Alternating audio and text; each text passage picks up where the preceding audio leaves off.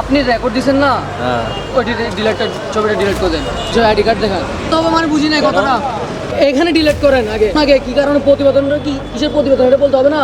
কথায় আছে চোরের ময়ের বড় গলা, ঠিক তাই আজ চট্টগ্রাম নগরীর চেরাগী পাহাড় এলাকায় প্রকাশ্যে রাস্তার জায়গা দখল করে চা বিক্রি করলেও রয়েছে দাপট আর দম্ভের বহিঃপ্রকাশ।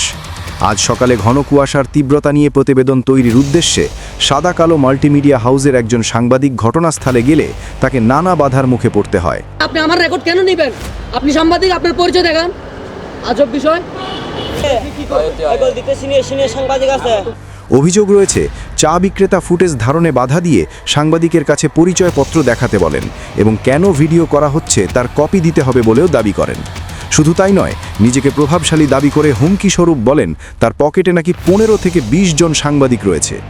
রাস্তার জায়গা দখল করে ব্যবসা চালানোই যেখানে বেআইনি, সেখানে সংবাদ সংগ্রহে বাধা ও হুমকি জনস্বার্থের জন্য উদ্বেগজনক। প্রশ্ন উঠছে, এভাবে প্রকাশ্যে দাপট দেখালে সাধারণ মানুষের নিরাপত্তা কোথায়? প্রশাসনের দৃষ্টি আকর্ষণ করছেন এলাকাবাসী। Desk news, Chittagong.